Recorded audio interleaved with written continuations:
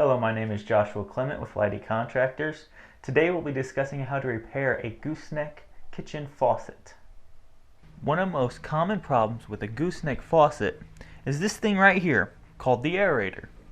What happens is when you turn your water on and off a lot, it cleans off the side of the pipes, something called sediment, and pushes it through the gooseneck into the aerator where it collects it. And when that happens, you get a very slow stream. I'm going to show you how to fix or replace this part. You're going to need a couple tools for this job. A standard pair of pliers and a kitchen towel, and I like to use a paper towel or napkin.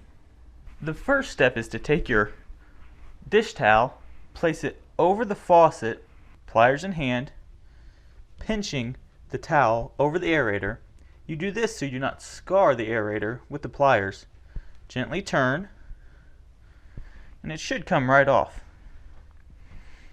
Next, you want to take your paper towel or napkin, place it under the aerator,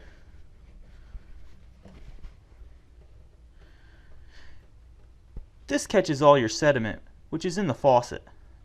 Take your aerator and tap it out. Now rinse it. You want to do this part very slowly.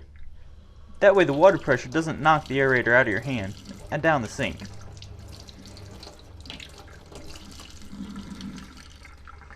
Put the aerator back in place and finger tighten.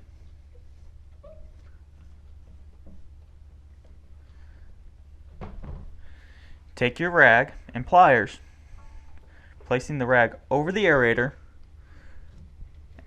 Using the pliers, gently tighten. Be sure you do not over tighten and strip out your threads.